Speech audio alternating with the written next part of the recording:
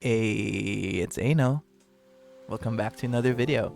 So for the past 3 weeks, I've actually been playing the final beta for Honkai Star Rail, and it actually convinced me to play the game when it comes out. Honestly, I've been skeptical about it ever since MiHoYo announced it, since it is gonna be their first foray to a turn-based RPG.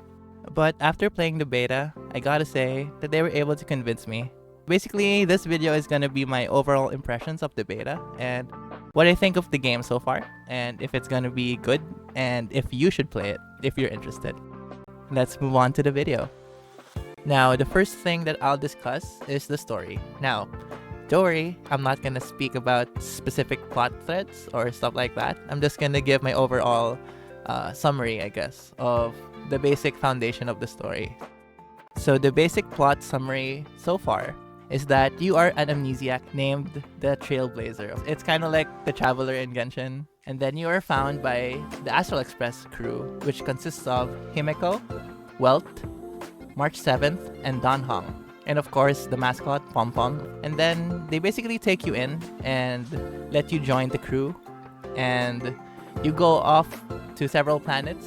Although it kinda sounds like the basic summary of Genshin, there's actually an underlying plot thread also, so you don't have to worry about that. If I have to compare Genshin and Star Rail's plot, basically there's a whole lot more focus on some of the characters, primarily the Astral Express crew. Basically, they are your companions throughout the journeys, unlike in Genshin where you only have Paimon as your companion. So there's a lot more character interactions and dialogues with each other, so it's actually a lot more varied in terms of the interactions. That's a plus for me because honestly, the main issue with the plot of Genshin is that the MC is already mute and then you only have one companion, Paimon. So there's not really a lot of leeway in terms of telling the story. But here, since there's multiple companions, there's a lot more characters that can speak. Actually, talking about the MC, the writing for the MC is pretty good actually. I mean, of course, there's still a mute, but they actually talk a whole lot more. And the dialogue choices actually matter. Like, they actually give you a warning, like in one of the cutscenes, that your choices really matter, so be careful of what choices you make. At first, I was skeptical, but as I went through the main story, the choices do actually matter. Like, for example, there are certain side quests where you really have to pick one or the other. And if you don't pick the other choice, you'll never get to see what that choice brings. That's actually pretty cool. I really like that MiHoYo did that for this game because it really makes the experience more personal in a sense, since your choices matter a lot. Now, moving on. In the beta, there's a total of 3 worlds that you can visit. Namely, it's a space station, an ice planet, and a floating space colony. It has been a bit varied so far. Each location has their own specific culture, has their own specific look, so they don't really feel recycled in a sense. Of course, each of the locations have their own separate characters with their own unique personalities as well. And finally, this wouldn't be a MiHoYo game if there wasn't any deep world building or lore plots or anything. For this one, so far, the most intriguing part of the world building are the paths and the aeons. Aeons are basically godlike beings that precede over the paths. Now, what are paths? Paths are basically like, they're a bit vague on it, but they're basically ideals that certain people follow. I'll talk about the paths more in detail when we go into the gameplay because they actually do factor in to the gameplay. Okay, now let's move on to the actual gameplay. The gameplay is basically what you would expect from a turn-based RPG, mixed with majority of the Genshin systems. Now, I'll go into detail, well, not too much detail, but majority of the important stuff in the gameplay. First, okay, I'm sure a lot of people are asking this question. Is the game open world? Yes, but no. Now, let me explain. To be specific, it's more like an instance-based exploration. So think Persona 5, where the world is technically open, but it's not free reign. Like, there's certain zones that are available to explore, and you can actually just walk around and stuff. But not everything is open, especially since you can actually just walk and run in the overworld. So if you're expecting Genshin levels of exploration, you're not gonna find it here. Now next for the actual battles. So if you're familiar with Persona or Shin Megami Tensei gameplay, it's basically that, but a lighter version. To explain, so each character has a total of 4 unique traits. First is the basic attack, which is, just the run-of-the-mill attack to do damage. Skill, something unique that a character can do, and their ult.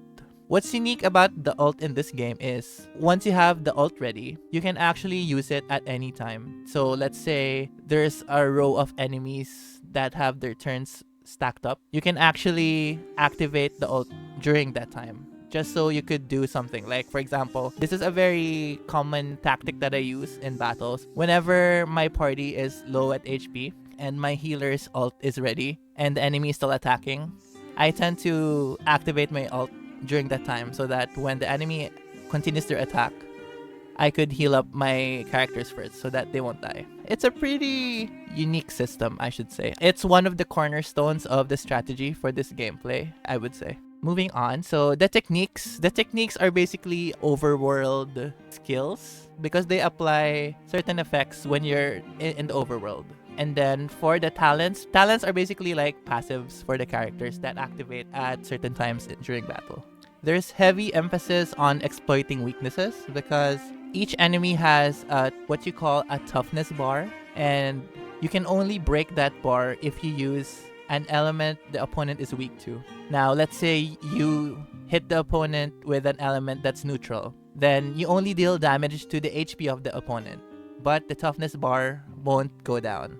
Now, why is it important to break down the toughness bar? If an enemy still has their toughness bar active, your damage dealt to it is actually lower than expected. Let's say you did a neutral attack to an enemy. Based on my observation, I haven't really done the math, but it seems like the damage dealt to that enemy with toughness bar active is around 80 or 90% only of the total damage, which is not that bad, but of course, you would prefer to deal the total amount of damage or more. That's why it's big priority to break the toughness bar first.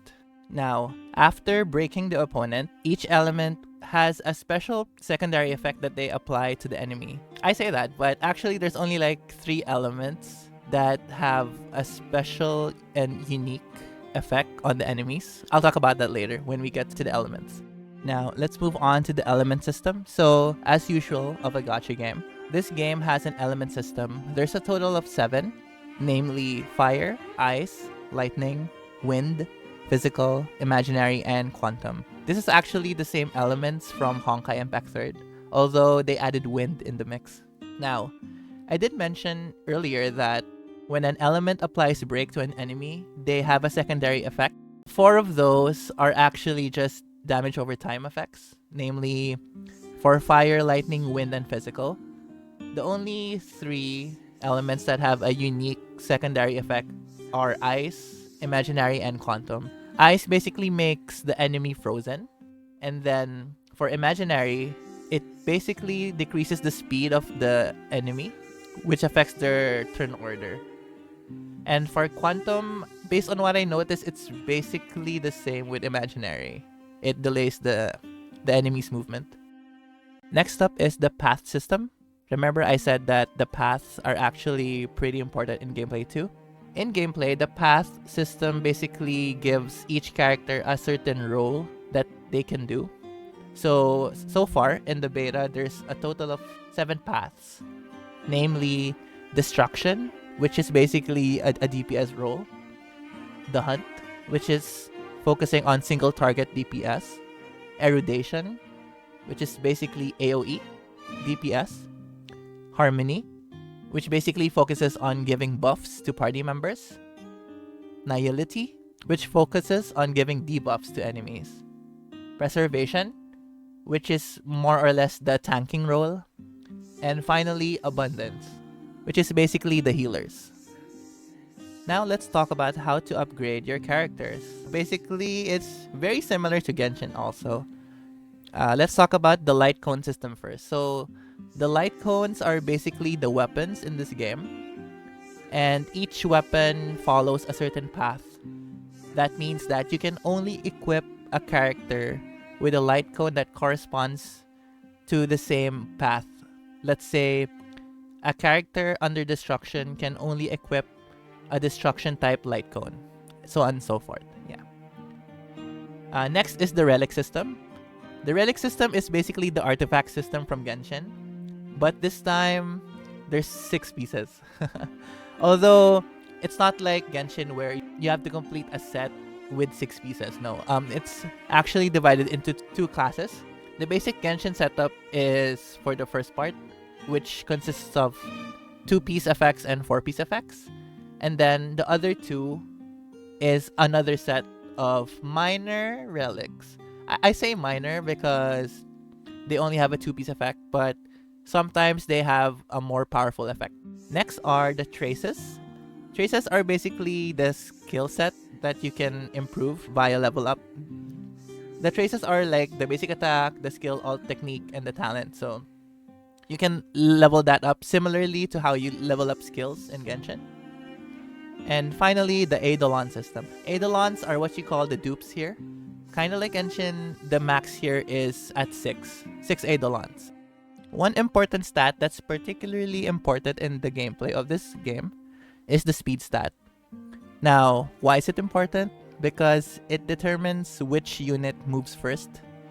Since this is a turn-based RPG, it's very important to have control with the action order. So, of course, there's going to be skills and buffs that affect the speed. And like I said, for some of the elements, they actually do have debuffs that apply to the speed of the enemy. And that's why speed is going to be quite an important stat in this game. As of the beta, there's a total of 13 4-stars, and there's a total of 10 5-stars, including the MC. I'm not sure if they're gonna put more rate up banners in the beta. Currently, there's been 2, which features Sele and Jiangyan. If ever, they might just have a banner that featured existing characters like Kafka or Silverwolf. We'll see. And on that note, actually, we're not sure when the beta will end so far. They haven't really determined the end date. Now, I'm gonna talk briefly about the 2 modes that I think would be the endgame content for this game.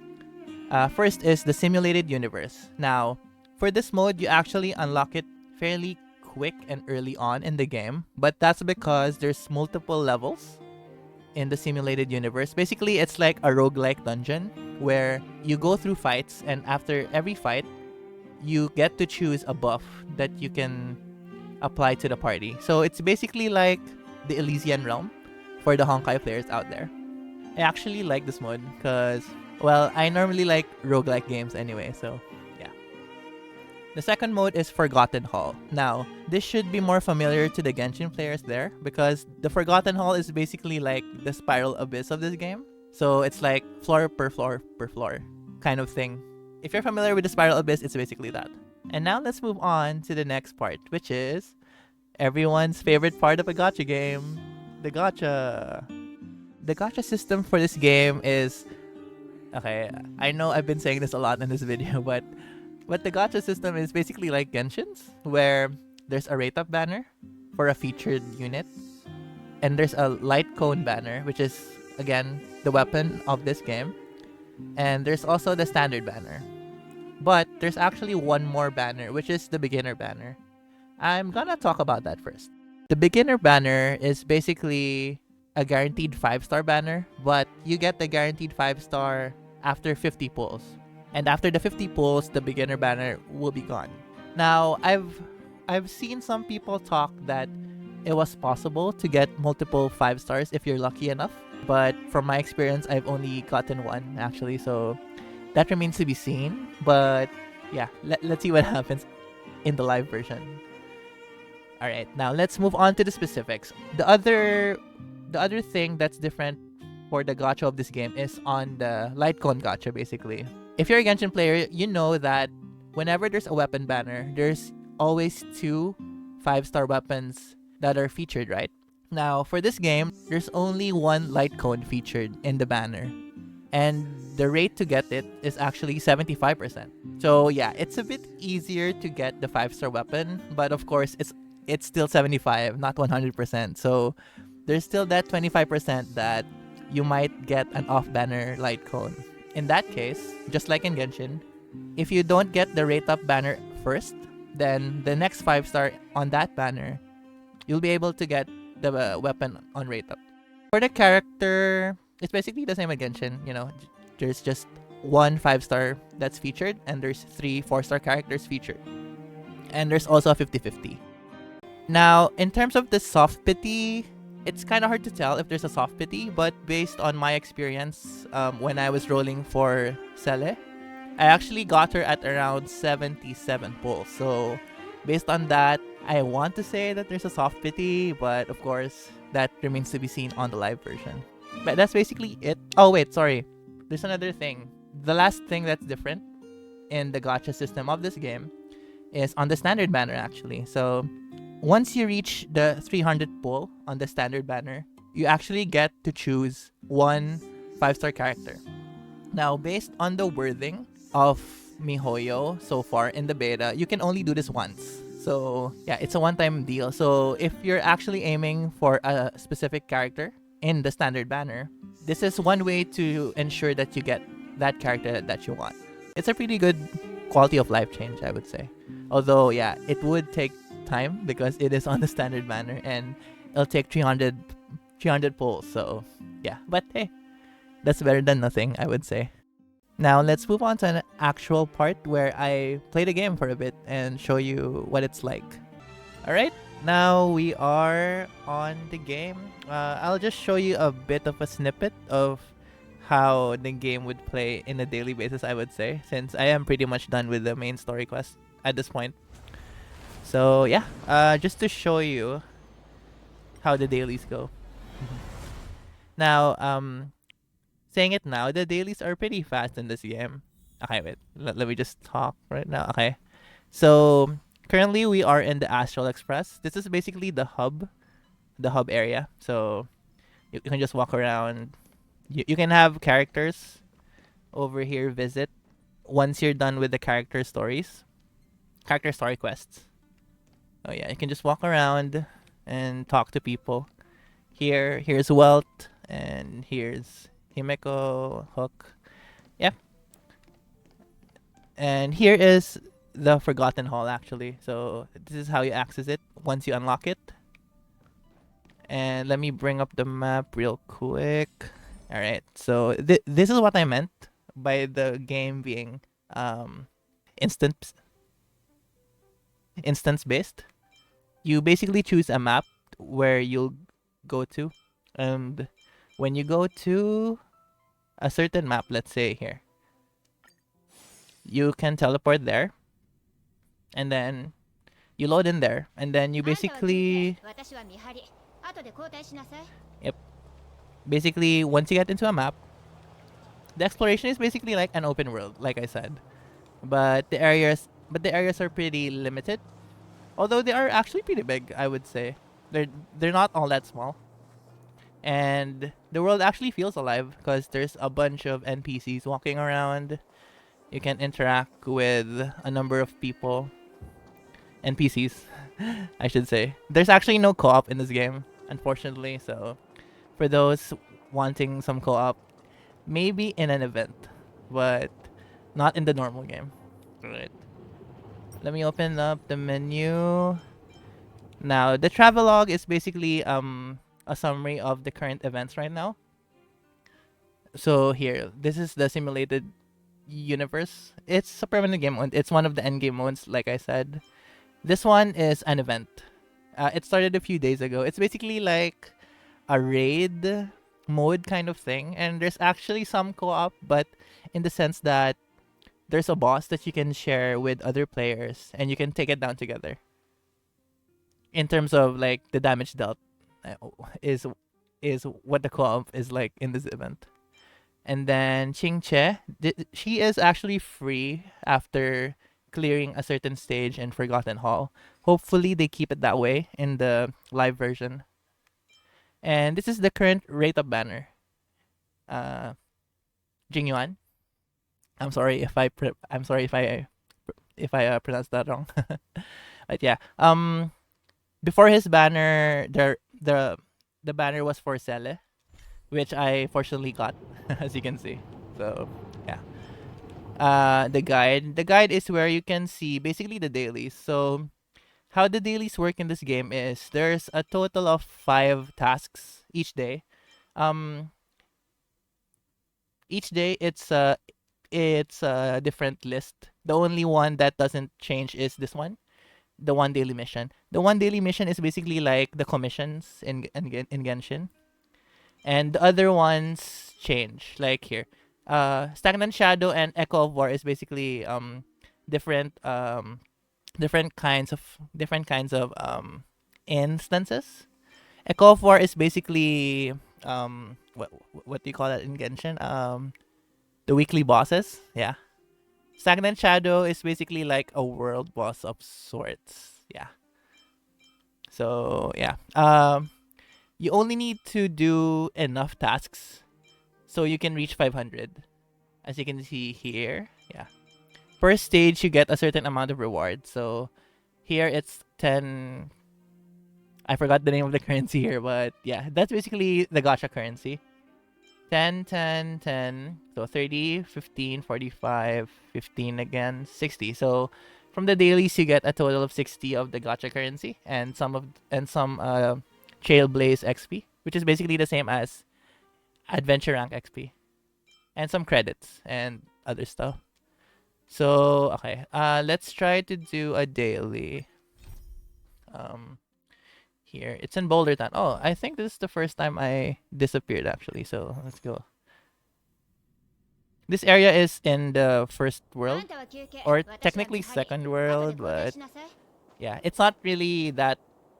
It's really not really much of a spoiler, I would say, since it's just the area anyway. All right, let's see. Come on. What I like about the dailies in this game is there's actually an overarching story with each daily quest line. So they're pretty much engaging, much more engaging, I would say, in terms of like story.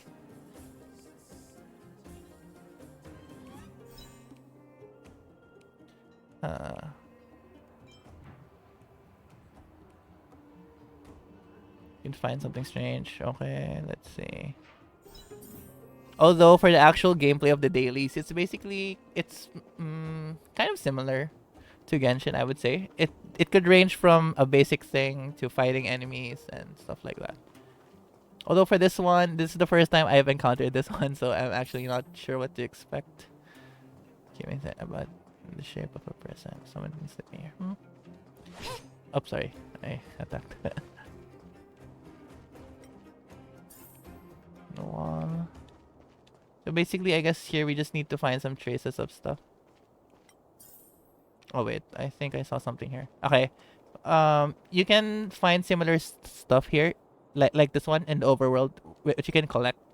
Basically, those are like additional lore, or like books or like newspaper stuff. Yeah, that you can collect and read at any time once you get them. All right, let's see. Are we done? Oh, okay. There's more there. And another cool thing here is when you're running, you don't actually use up stamina, and you can only just press the run button once, and you get stuck in the run position. So it's pretty cool. You don't have to hold it down if you don't want to. Maxim. All right, I think that's the last one. Let's go back to this guy.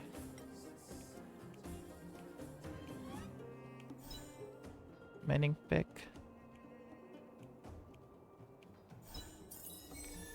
Okay, I guess. Okay, and once you're done with the daily mission, that's it. You just need to do an additional 3 tasks, since doing the daily quest basically gives you 200. All right, so now we just need to do any combination of this. So let's see. I don't want to spoil you on the bosses, so I'm gonna do a stagnant shadow, I guess.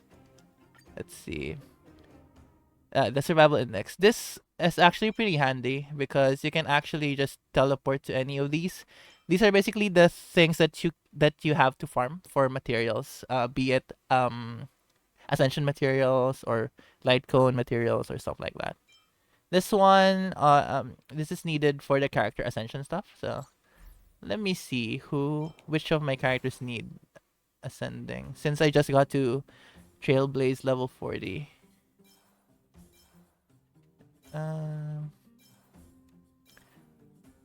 Well, oh, this is the MC, by the way. Yan King. Okay. What do I need? All right. We can do this, I suppose.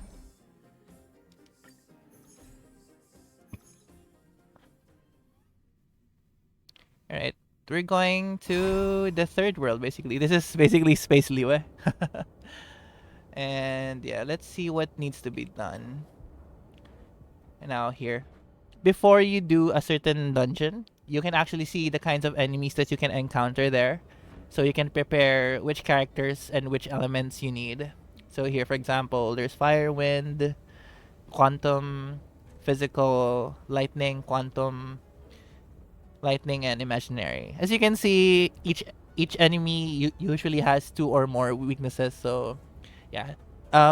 In terms of the element that you need to bring, they are a bit more versatile than you think. So yeah, let's see.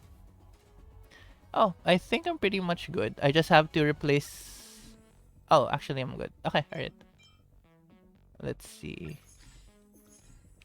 Sele, are you equipped? Okay, alright. Alright, let's do this. Alright, I'm gonna do a technique before I attack. Once you do a technique, you're gonna get a buff when you enter a battle. So it's always good to use one. Although it is a bit limited at first. At first you can only use like 3, I think. And then you get more as you progress your equilibrium level or the AR level in this game.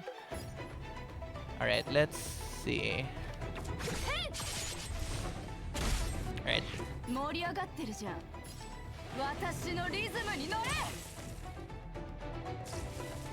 Yeah, basically this is the flow of battle. You can see the turn order at the top left. So you can prepare and strategize what you need to do. Okay, I'm gonna show you how the ults work. Actually, I'll do that later when it's the enemy's turn. Okay, I'm gonna do taunt.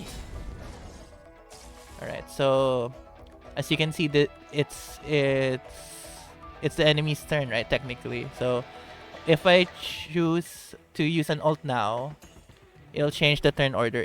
Sele is supposed to be the next character, but if I choose Serval, for example, I can slot that in. So see what happens after the turn of the enemy. The ult of Serval is activated. So yeah. Oh, and one thing, once you choose to use an ultimate, you can't cancel out. So make sure that you're sure that you want to use that. Alright, let's see. Sele. Alright. She has a cool passive that if she manages to KO an enemy, she can move again. So she's pretty handy.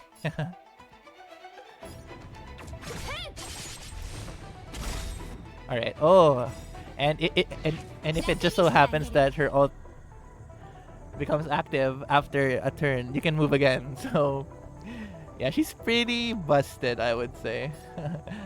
Alright, let's say I hope I kill this one so I can demonstrate it. Alright, it's killed, right? Alright, 8 explodes and Sele can actually move again. So I have a total of 4 turns with her. So yeah, she's pretty crazy. So I would recommend for you guys to roll for her once the live version comes out, because she's really handy to have.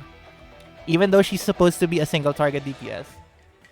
since she can move multiple times in a row in the right conditions, she can be pretty busted.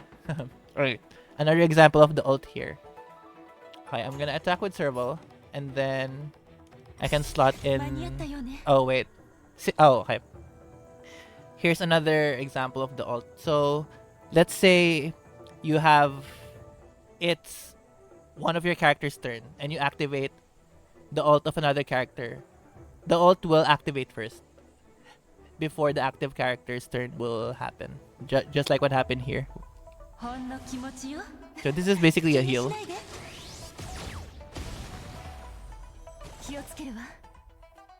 Right. So now it's serval's turn again. It's just basic attack. Alright.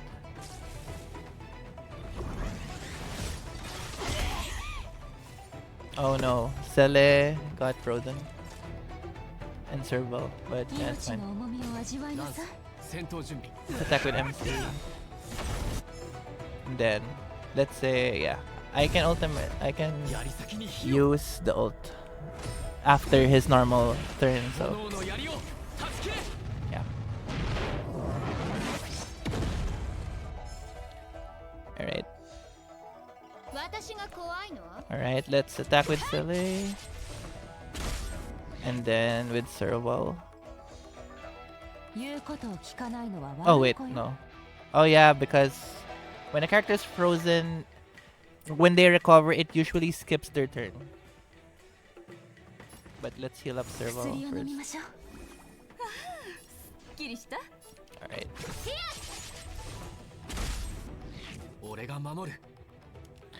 Sele's pretty handy too because she is actually a pretty speedy character.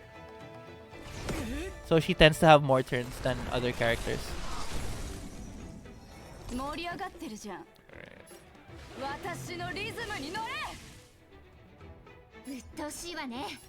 Let's see. Alright. After that, activate her skill. She can move again. Although, of course, I don't expect her to kill this guy. Although, let's see. Maybe. Oh, okay. She was able to kill. Okay. Nice. Alright. And, yeah. Here are the rewards for that. Alright. So, yeah. That's an example of one of the instances. Let's go back. So, now we've done one. We can claim it. Alright. Now, let's do the other two so that I won't have to do Echo of War. Level up a relic. So yeah, this is basically the artifact system of this game. Once again, here are the four main ones, just like in Genshin, and then the other two is this, the ones inside. I think they're named Planar something. Yeah, yeah, there. Planar Sphere, and Link Rope. Yeah. So yeah, if you don't like Genshin, or at least the artifact system in that game, it's probably gonna be a turn off for you, but it is what it is, you know. And you have the 2-piece and the 4-piece effects, and on the bonus 2 ones you get the 2-piece effect. Oh yeah, let's level up. Let's see which one. Physical damage, I don't really need that. Okay, let's level up this one. Oh wait, let's use Alright. Alright, now that that's leveled up, that should satisfy. Okay, there we go. Now we just need one more. Consumable. Alright, there we go. It should be here. Alright, there we go. I'm just gonna use one of these. Let's use this one. Consumables basically buff your party also when you use one. Oops. Alright, there we go. Alright. Now I don't have to do the other daily, which is the Echo of War one. So now, alright. Those are the dailies done. Although I want to show you how the auto and the 2x speed works. And yeah, it's a really handy feature to have that in this game, because if you need to farm, let's say, character EXP or light cone EXP, you can just put it on auto and times 2 speed. And the auto here is actually pretty good. So let's just do one here.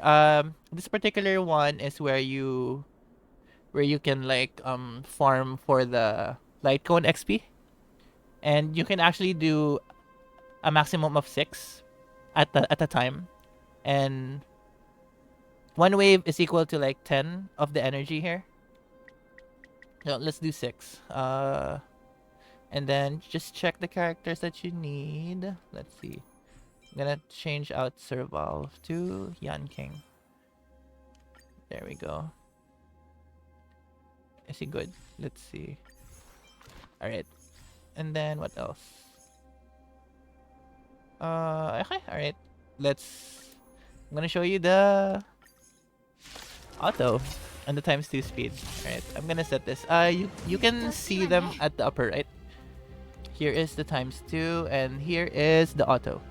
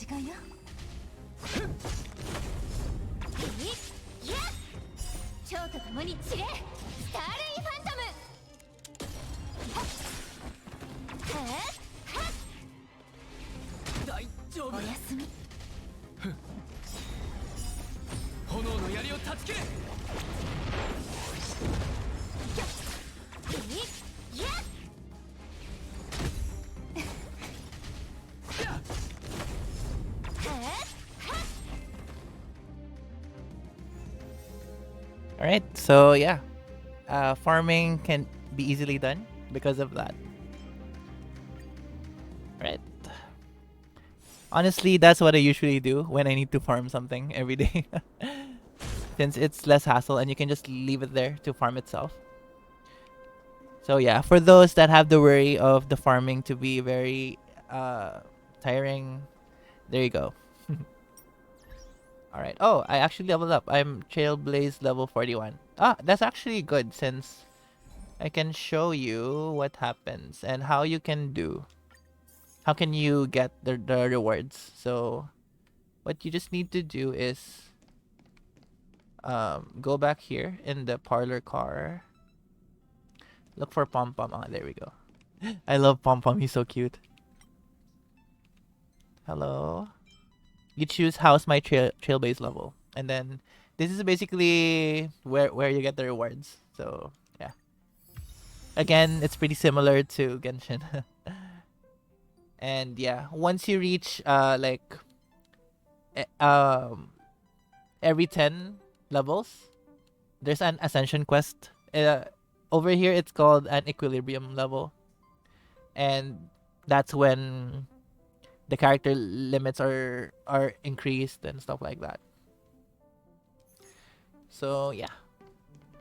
What else can I show you? Assignments. Assignments are basically like the expeditions. So you can do 4 per day. You can choose whichever one you want. Although for me, I usually choose the character materials. So yeah, just assign the characters. It doesn't really matter which ones. So yeah. All right, there we go. And yeah, that's basically what a daily playthrough of the game would be like. I would imagine once the game goes live. So yeah.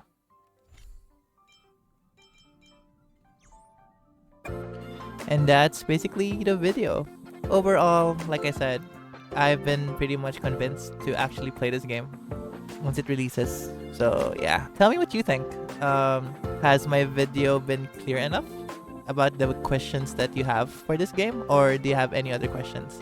Please just leave them in the comments, and maybe I can do another video addressing some of the more common questions that people have. So yeah. Anyway, thanks for watching. That's it for the video. I'll see you in the next one. Bye.